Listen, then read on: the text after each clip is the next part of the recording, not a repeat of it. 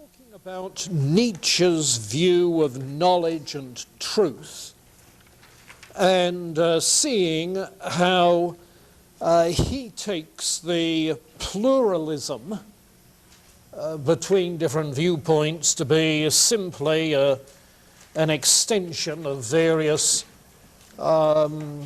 underlying emotional tendencies, ultimately reducible to the will to power in varying degrees. And that it's this Nietzschean approach which is one of the major influences shaping the contemporary postmodernism, and for that matter the pluralism of our day. And as we were trying to get some acquaintance with phenomenology, and particularly Husserl, we were noting that his concern is precisely this lack of any firm foundation for the sciences, mathematics, logic, any other kind of human knowledge. And he blames this on naturalism, a naturalistic philosophy, with its attempt to explain human knowledge in terms of purely natural processes. So you get historical explanations, you get psychological explanations. He talks therefore of historicism and psychologism. And of course Nietzsche would be a prime example of psychologism, a psychological explanation of the knowledge claims which people make.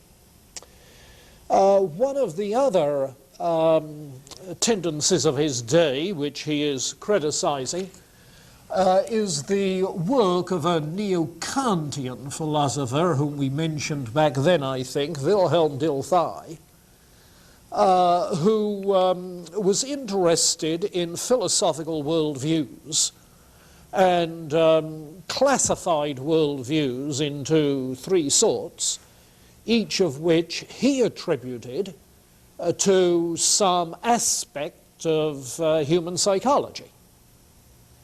So that you get, if you like, the rational mind, you get the value-oriented mind, you get the empirically concerned individual. In fact, the three things that Jaspers was trying to pull together in terms of what constitutes the whole of authentic human existence. Well, what Husserl does is to see in this another kind of naturalistic explanation, in which, while he's grounding worldviews in the human spirit, it's really in the human spirit understood simply in terms of certain psychological types. And how you're going to overcome the relativism if that's the case. In other words, what Husserl is after is not just new foundations of new foundationalism, but a universal foundation. Something that isn't just an account of differences because of different psychological types, as in Nietzsche and Dilthey, but rather something about the universal structure of the human self, by virtue of which there is a universal foundation. That's what he's after. Now, one of the complaints that he has in this same context is that the subject-object dichotomy,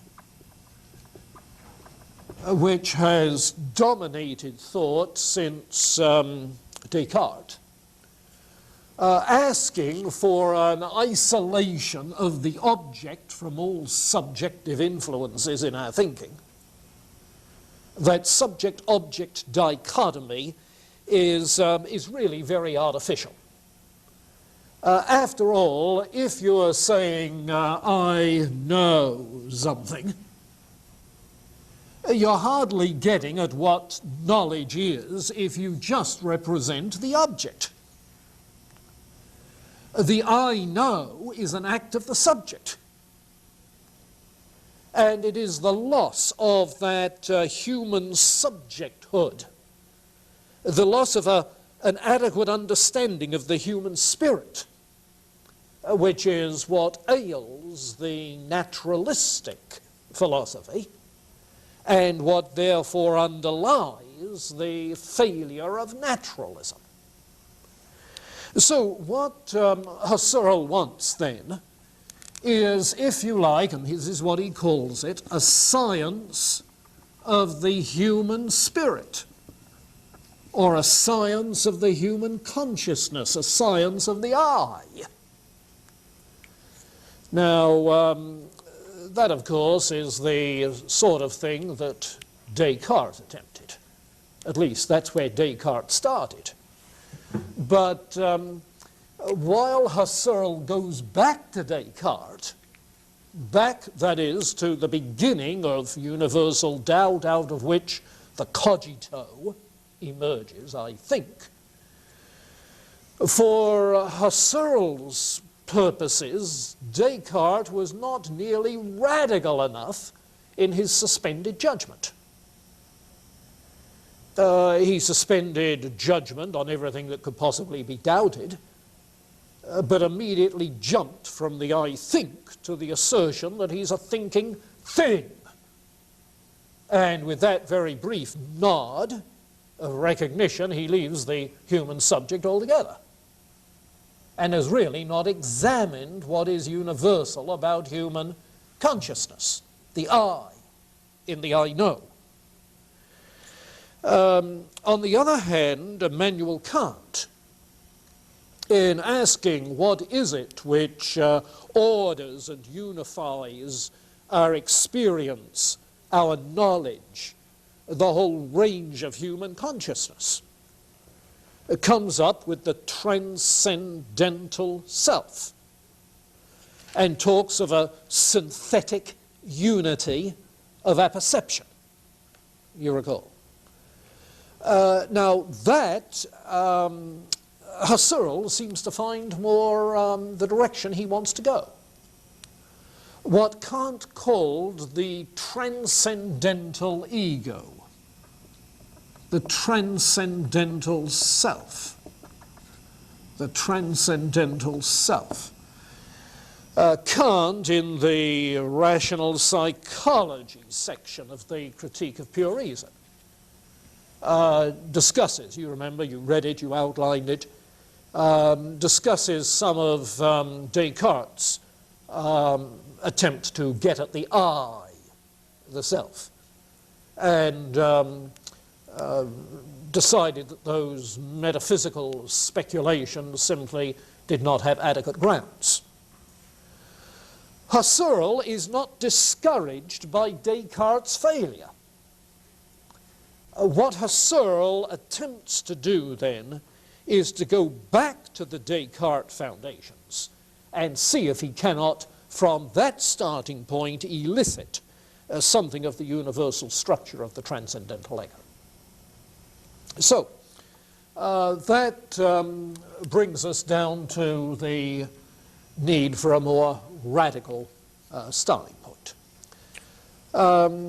I might mention that when he was asked to lecture at the Sorbonne, where everybody has to pay homage to Descartes, I mean, he's the patron philosopher, patron saint of French philosophy, what he did was to present lectures known as the Cartesian Meditations. Cartesian Meditations. Starting with Descartes literally and trying to describe his methodology in relationship to Descartes.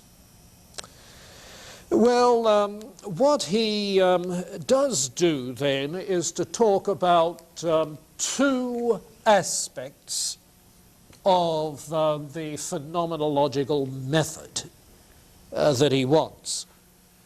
First of all, bracketing, which is simply suspending judgment the sort of thing Descartes did about all objects of thought and objects of perception. He uses the term epoche at times. That's the term that the Greek skeptics used for suspended judgment. So bracketing, suspense of judgment, epoche. Descartes did it with whatever could be doubted as part of his methodology.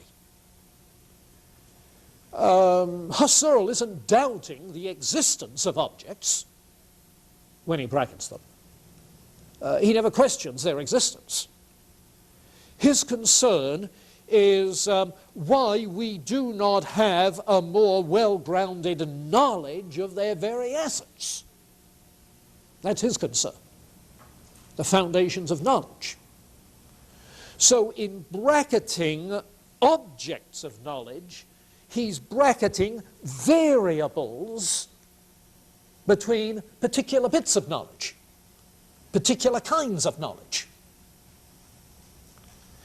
In fact, he emphasizes consciousness sometimes much more than knowledge, and brackets all the objects of consciousness. Consciousness of all sorts, not just consciousness of some clearly articulated understanding. All states of consciousness. And he tries to get at that universal structure of consciousness. All particulars, all theories, all interpretations are bracketed. I might add that at the beginning of his work, he tried to maintain a purely theoretical attitude. That is to say, not involving any practical dimensions of human existence like the pragmatists do in talking of human knowledge. But in the later stages of his work, he talked of even bracketing that theoretical attitude, which is an artificial sort of thing. Recognizing that when I say I know something, you see, what I'm knowing is something as part of my overall world view, the overall way in which I live. What I know, how I know, is ingredient to my Lebenswelt, my lived world. And what he wants to do is to get at the I of the lived world rather than the I of some abstruse theoretical knowledge of the world. So the I know of pre-scientific consciousness, the I know of a pre-theoretical consciousness. That is to say, the I know of ordinary life. That's what he wants to get at.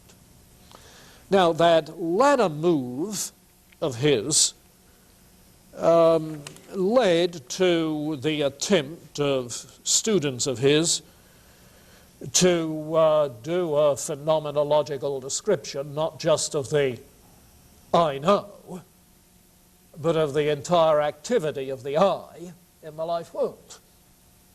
And that's the sort of thing you find in the existential phenomenologists like Heidegger.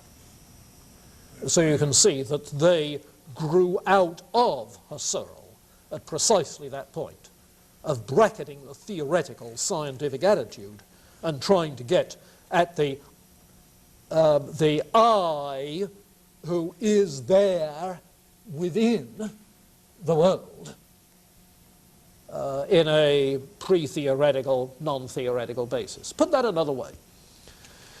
Come back to this subject-object dichotomy. The naturalist ignores subjectivity in Husserl's sense and focuses simply on the object, giving objective scientific accounts of how that knowledge is possible. It would be a mistake, on the other hand, to bracket out the object and just concentrate on the subject in some sort of introspective fashion. Because there is in the life world, there is in reality, no such thing as the I of I know without an object of knowledge. So what you're trying to study really is not the subject, not the object, in the sense that Descartes said, that's a thinking thing, that's an extended thing. No, what you're trying to study is the hyphen.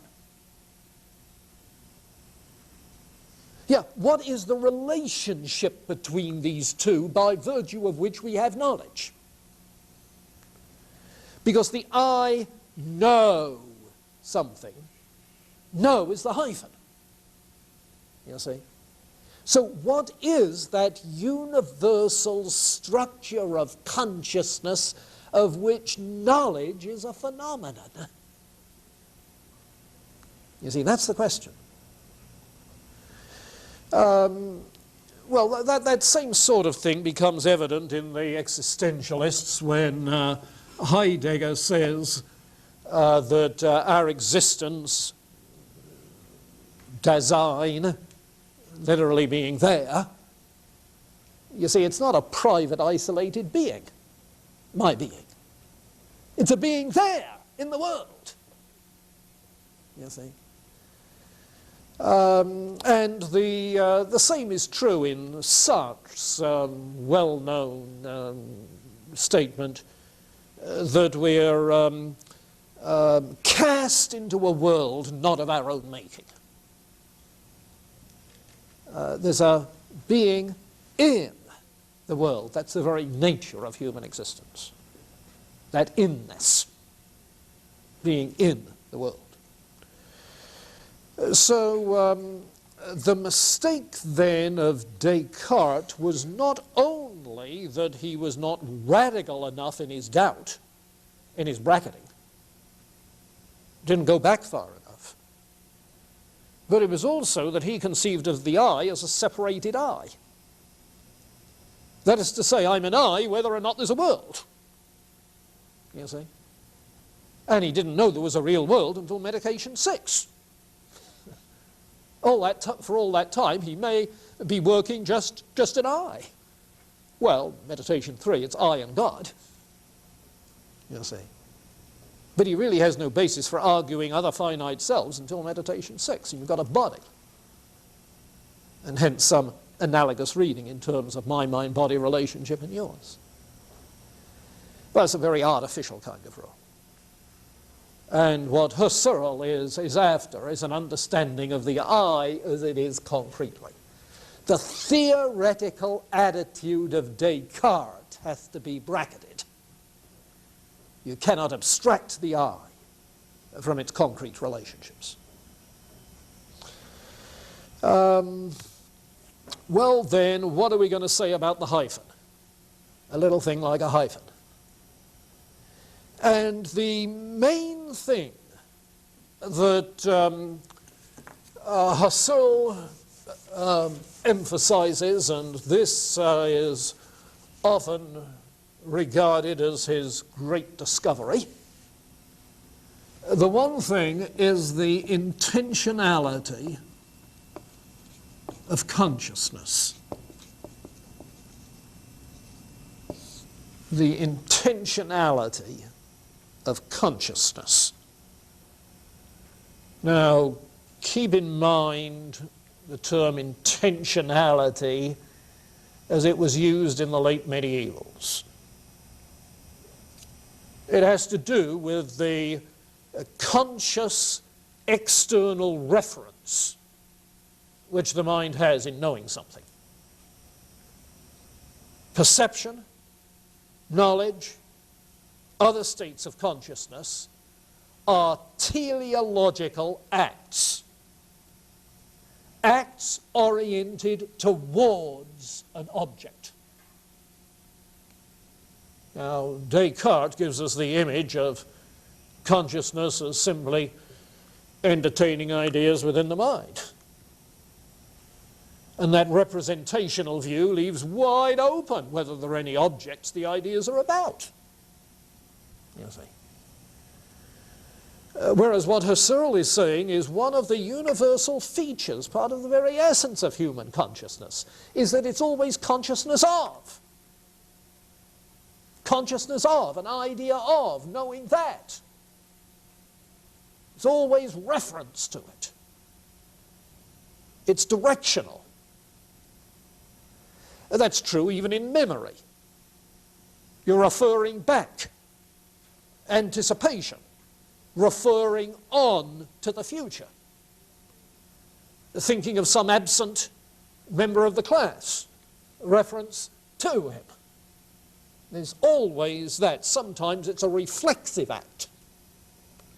Thinking on that thought, you see. But this is the very nature of the act of consciousness. It's not a passive sort of thing, the way Locke pictured receiving ideas, passively, tabula rasa. But it's an active sort of thing. And this is his debt to Kant, you see. Kant introduced the notion of the self, the conscious self, as an active kind of knower that actually contributes to experience forms that unify it temporally, spatially, and then categories that unify the understanding beyond the experience. Now, this is what Husserl then is referring to, that act of consciousness that does something. What does it do? And the language that is used here for describing what intentionality does ranges various things. First, it makes the object present to me. Yeah. The object does not present itself to me passively opening the door. You see? But I, by, as it were, giving attention to, get the reference there, by giving attention to something, putting my mind to it. See what we're saying? Putting my mind to, giving attention, looking at. What I do is to make the object present to. I bring the object in. This is sometimes said as a constitutive act. Yes, because in the act of knowing, I constitute the object an object of knowing. In terms of the subject-object relationship, there's no object without a subject. How can it be an object if it's not an object for some subject? Any more than there isn't a subject without an object. How can it be a subject if there's not a subject to have some object? You see. And so what it does is to constitute the object for me that it is. You see. Now that's almost Kantian. In the act of knowing, the thing in itself becomes a thing for me. In knowing, I constituted a thing for me. You see. Well, in addition to constitutive, it is a constructive act. Just as for Kant, it is the time form that schematizes the understanding. So the very nature of my knowing, you see, constructs the overall situation, pulls it together for me. It's not just the isolated object, but the whole scene that is interrelated for me. All knowledge is in that sense self-referential. It's like, here I stand, I can see no other. Because from where I stand, I see it all in these relationships, in relationship to me, the knower. Whereas from your perspective, it might be different, but it's constructive. By the same token, it is a meaning-giving act.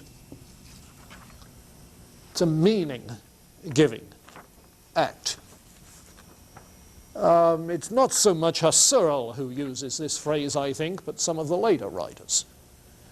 The underlying assumption here is that whatever else the act of knowing does, in seeing it as the object for me, I give it meaning for me. And in that sense, I give it meaning. The confusing thing is that intentionality with its referentiality is itself sometimes called the act of meaning, simply because our word meaning is ambiguous.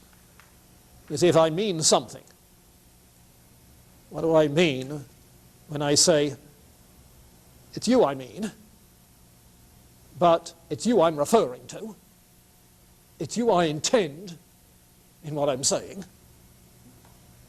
So one sense of meaning has to do with referentiality, intentionality. The other sense of meaning is, more the existential thing of giving meaning to something that's meaningless, or giving it to it a certain meaning that it's going to have for me. So in the more existential phenomenology, you find that notion of the meaning giving. In any case, it's the notion of ordering the objects, ordering the world. Consciousness is not passive, but active. Consciousness is not representational, carrying mental pictures of what's out there. It's not representational, it's constitutive. The ideas that I have about something constitute it as that for me. You see, it's not just representational, copy theory. So intentionality then is the key to the whole thing.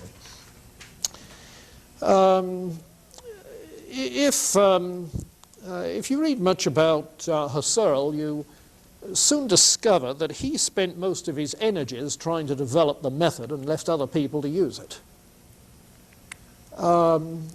That may be an overgeneralization. He does do, for instance, a phenomenology of time consciousness.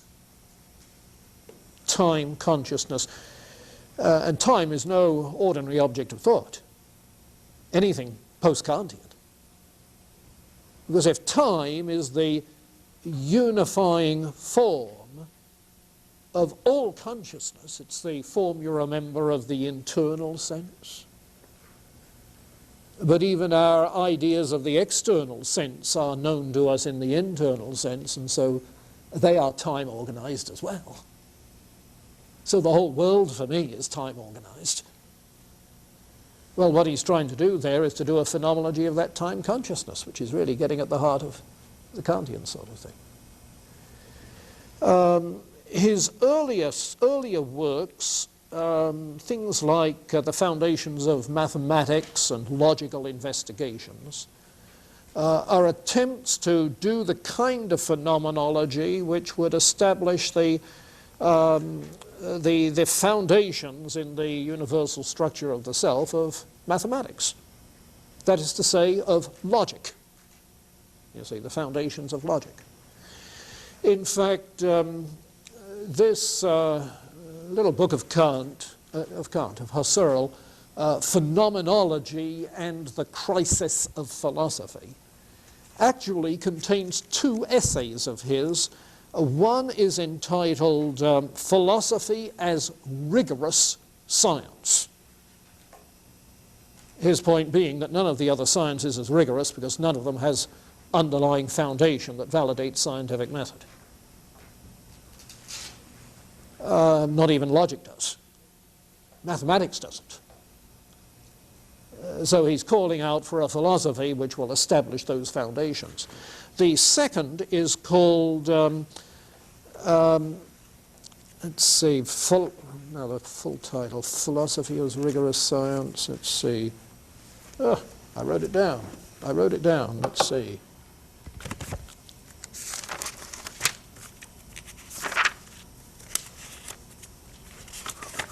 Yeah, The Crisis of European Science and Transcendental Phenomenology.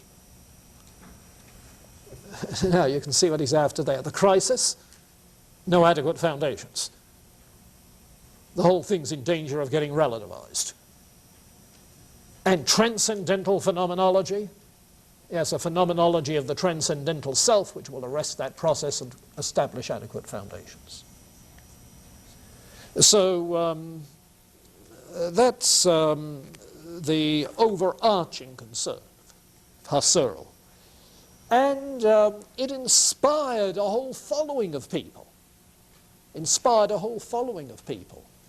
I remember back in the, when would it be? Oh, in the 1960s, I guess it was. I attended a meeting of the Society for Phenomenology and Existential Philosophy out at Yale. And that meeting, as people were standing around in the lobby of the meeting place, people would come up to you, assuming that you were of like mind with them, and rave in almost messianic tones about the project they were involved in. Increased numbers from last year. It looks like we're gaining ground.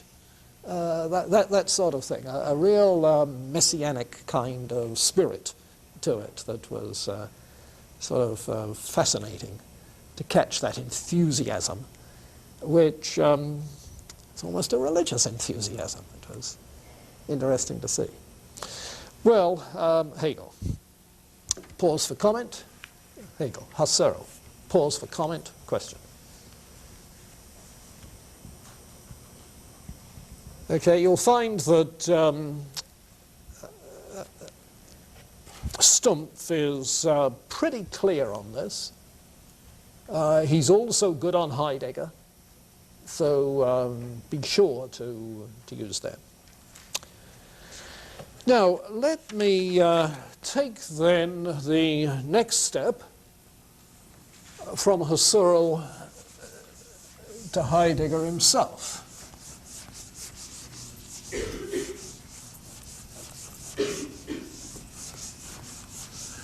And here in Heidegger, you have not transcendental phenomenology, phenomenology of the transcendental self, but existential phenomenology, phenomenology of existence.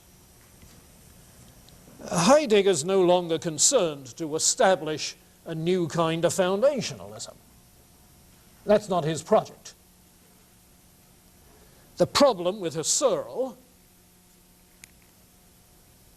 is that that process of bracketing is never completed. So that you simply cannot strip the transcendental self bare of the evidence of this, that, or the other kind of object of knowing, and catch it, as it were, in its bareness.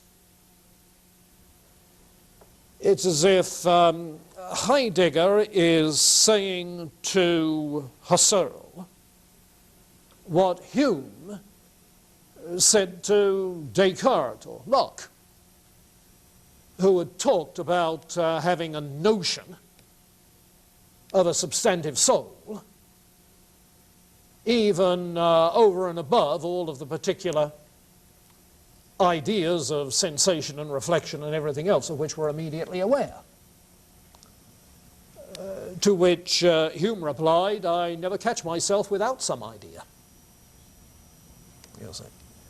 Well, it's as if Heidegger is saying the same to Husserl. You never catch the hyphen without the object. You see, you never catch the intentional state, bare, unclothed with objects. And so he has to part company with Heidegger's optimism about a method of establishing some rigorous foundation, new foundationalism. Incidentally, I think Heidegger's right in that.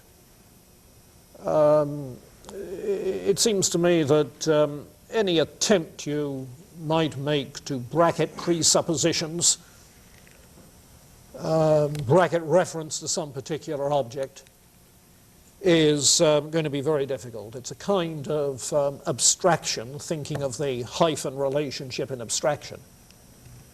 But the very nature of thinking abstractly, abstract ideas, is that it always takes off from particulars. And such particulars become symbols of something much greater than that, you see. So that the difficulty involved there is the difficulty in abstract thinking that does not have some point of reference which makes possible meaningful symbolic language.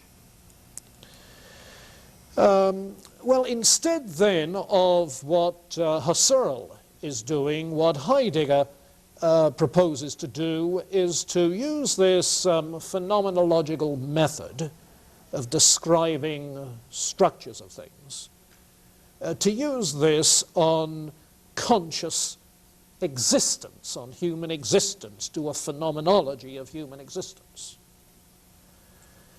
That is to say, what Husserl's method involved was not only the bracketing, but I see I rubbed it off, eidetic intuition. Eidetic having to do with ideas, where idea, you remember, was Plato's term for the forms, the ideals, the universals, the essences. So eidetic intuition is an immediate awareness of those universal essences, of the universal structures of consciousness.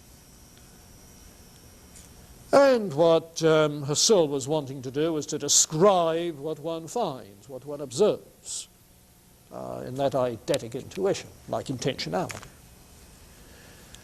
Well, what Heidegger wants to do is to focus not on some universal structure of consciousness underlying all knowing, but to focus on universal structures of existence, what are called existentialia.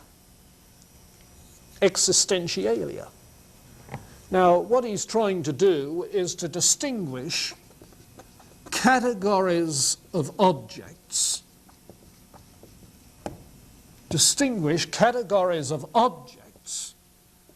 from the existential qualities of the human subject. Let's see, what are the universal existential characteristics of being in this world? Existential referring to the conditions of the subject in this world.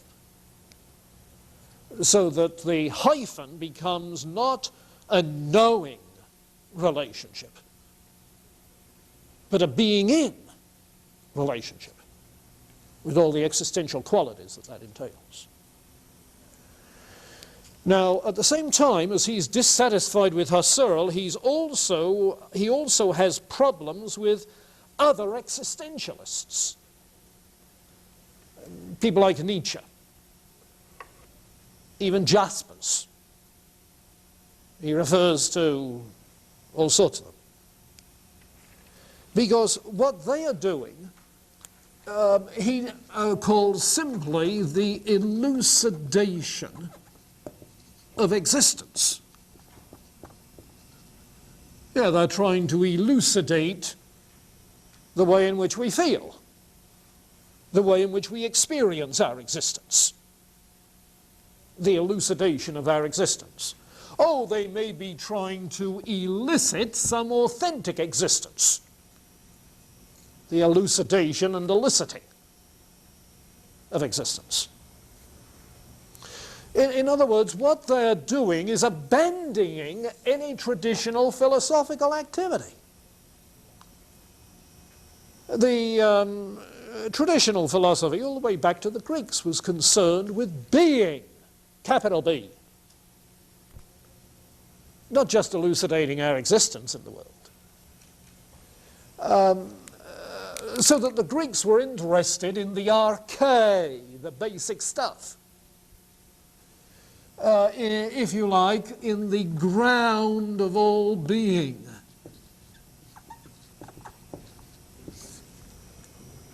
You see, in the ground of being.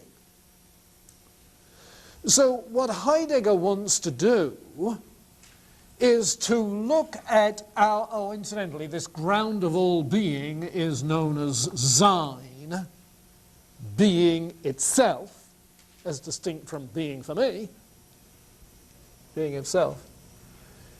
And our existence, our being in the world, is Dasein. Okay.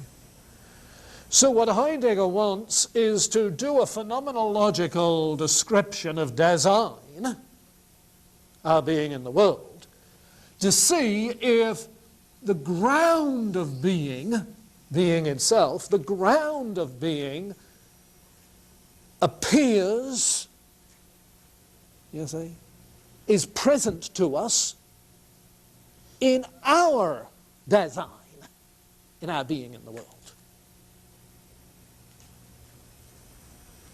Can we gain then some understanding, some awareness of the ground of being from probing our own being in the world? For instance, he has, let's see, he has a piece called What is Metaphysics? That was published in 1929. What is Metaphysics? Where he says, of course, it's about Sein, being, rather than Dasein. And then he goes about asking questions that have existential moment.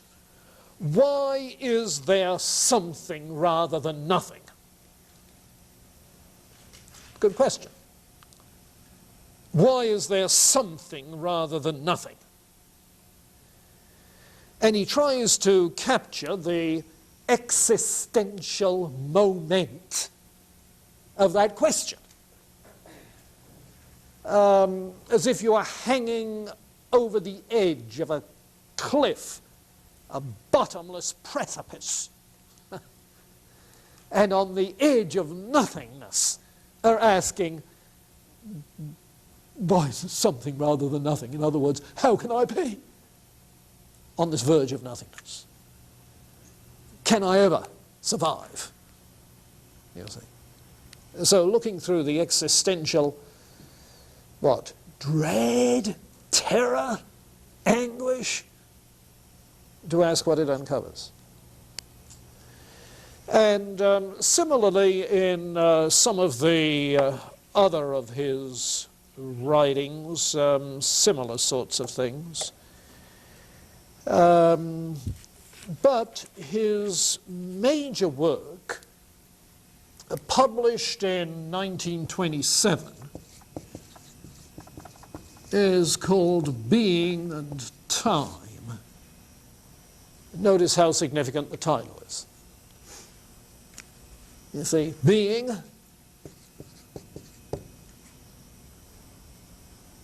and time.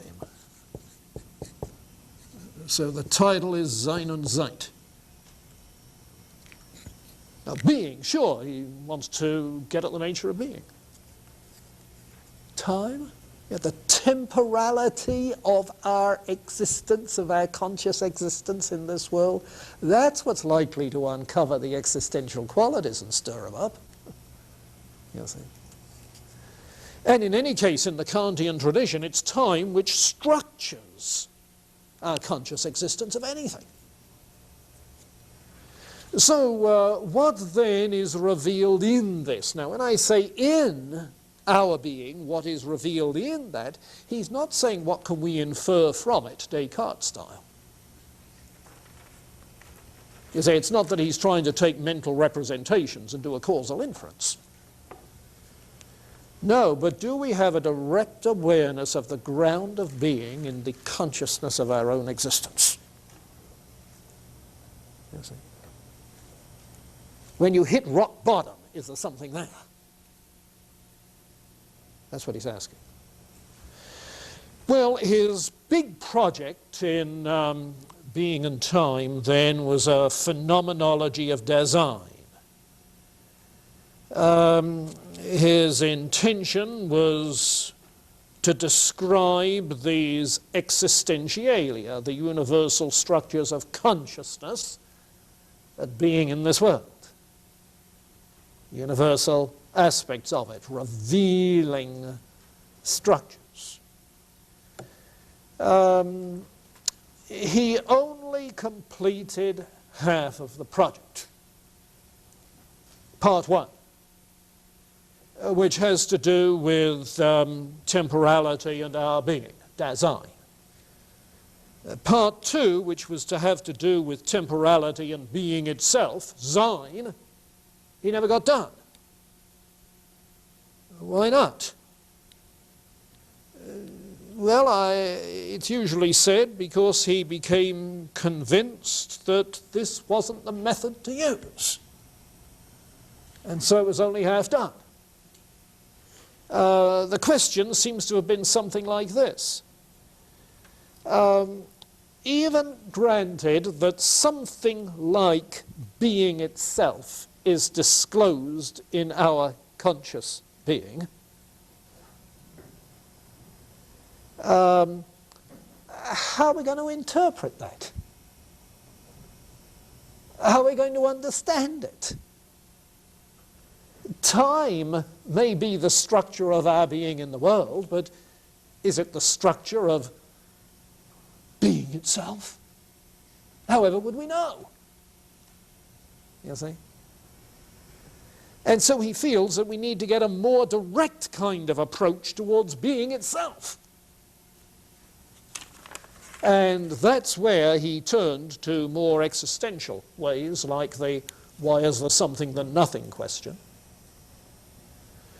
or to going back to all pre-scientific and pre-philosophical vocabulary, to early Greek before the rise of philosophy, to see if there's something that shows itself in the language of the early Greeks.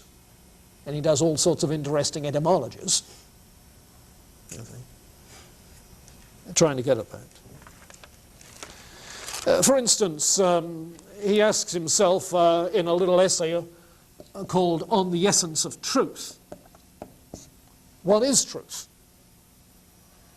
And the etymology that he uses repudiates the conventional view of truth as the correspondence between thought and thing, or as Aquinas put, the adequation of thought to thing, repudiates that. And etymologically looks at the Greek word aletheia, says there's the alpha privative that negates, and here's the word for a stone or a rock. So truth is saying something about no stone? Yeah, that is to say the rock, the stones are all rolled away, and now you can see what's under them. So truth is the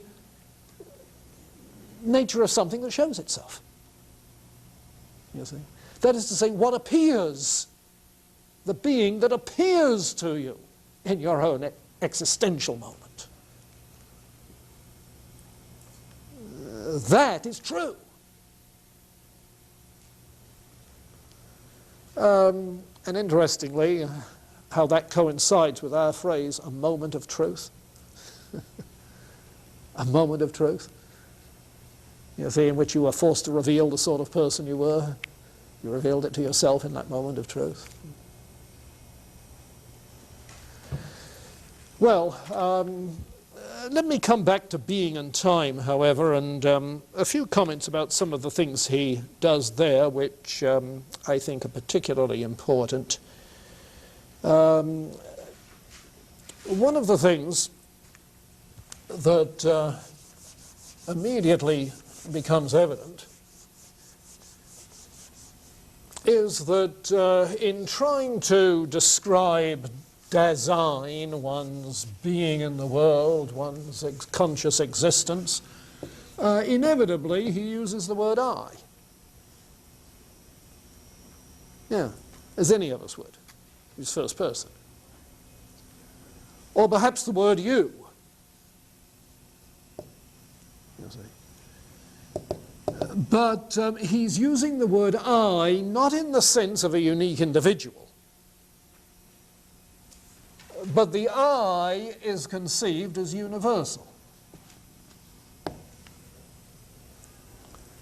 That is to say, he's looking for the universal dimensions of I-ness, of the hyphen.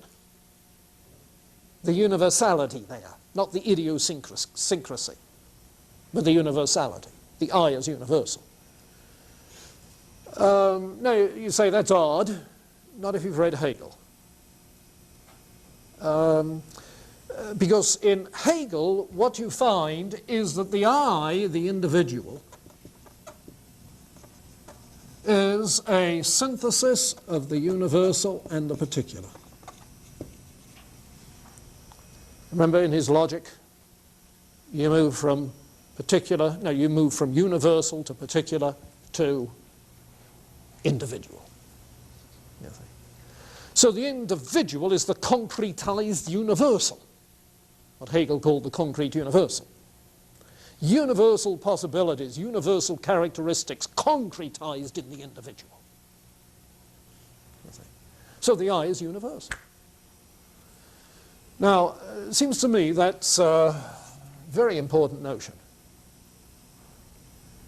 Because if you're trying to find universal points of reference in response to relativism, pluralism, and so forth, what he's saying is that even though you may examine the individual, there's something universal about every individual. No, the universal is not just an empirical generalization about particulars. You see, it's not something you deduce from a collection of particulars. It's something that appears within the particulars. So that you can say that there are certain universal human characteristics of a skeletal sort, which get fleshed out in particular ways in individuals. So the universal and the individual are not separate things. The universal appears in the individual, which is why being can appear within our being in the world, because ours is a particular manifestation of being itself. The I is a concrete universal. He uses the word facticity to describe the experience of being sort of a bare fact, insignificant, just an object in this kind of world. He uses the term Vorhandensein to describe the status of something which is just an instrument, a tool used by others. Vorhandensein is to be on hand, something that's on hand, just there to be used. And obviously for human existence, they're very inauthentic kinds of existence. He uses the term existentiality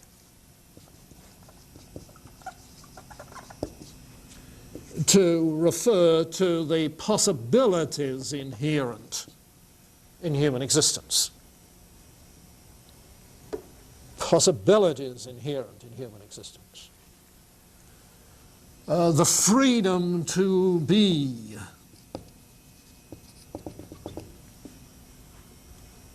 That is contained in human existence. He uses the term forfeiture and fallenness to speak of the experience of forfeiting the kinds of possibilities that human existence involves. He speaks of conscience in those terms, and the term being unto death. Significant. As if there's intentionality in all consciousness, then the consciousness of our own existence, of our own life, existence, is, among other things, a consciousness of being unto death. Time's running out for all of us. You think. The existential quality there, being unto death. He speaks of Mitsein. There's another such universal feature. Mitsein is literally being with, togetherness. Yeah, that's prior to being alone. We're basically relational beings. Our conscious existence is always related, our identity is always related to that of others. Mitsein. As Martin Buber says, I, thou, hyphenated, is prior to I. Yeah. Mitsein is prior to just the self. But the particular thing that might be worth noting is that he regards, how he regards understanding and language. Because here you get that postmodern theme coming through again. Understanding is a way we have of projecting the meaning of our design onto objects. So that in the subject-object relationship, to say that I understand an object is to say, I am making that in my own image. I'm making it an object for me. I project my meaning onto it. And for that reason, both knowing and uses of language are simply modes of being in the world. However can you live, survive, exist in a world like this, somebody asks? Oh, by projecting meaning onto it. Your meaning. And by naming things where the name gives it the meaning you want it to have. You see? And by talking about it in ways that are more significant for what they reveal about you than what they reveal about the thing. You see? What then is the quest for truth? Well, the quest for truth is the quest for the uncoveredness of being. No stone. Quest for the uncoveredness of being. So the quest for the truth about anything else is simply an indirect way of engaging in the quest for the being which shows itself within my existence, in how I can ever exist in a world like this. You see. And it shows itself, therefore, in my uses of language, so on and so forth. So he has that thoroughly postmodern view. And it is that in Heidegger which is picked up on by Gadamer in his Truth and Method, which is the classic of phenomenological hermeneutics that we'll be talking about later. Well, question, comment? You'll find almost the same view of knowledge in Jean-Paul Sartre. Not in the book you're reading, but in his larger work, which, parallel to Heidegger, is called not Being and Time, but Being and Nothingness. Being and nothingness. Okay, now, next time I want to talk about Sartre. Would you bring the Sartre book, Transcendence of the Ego, with you? And hopefully you will have given it a first reading. I say a first one because I think you'll have to do a couple to get the hang of it.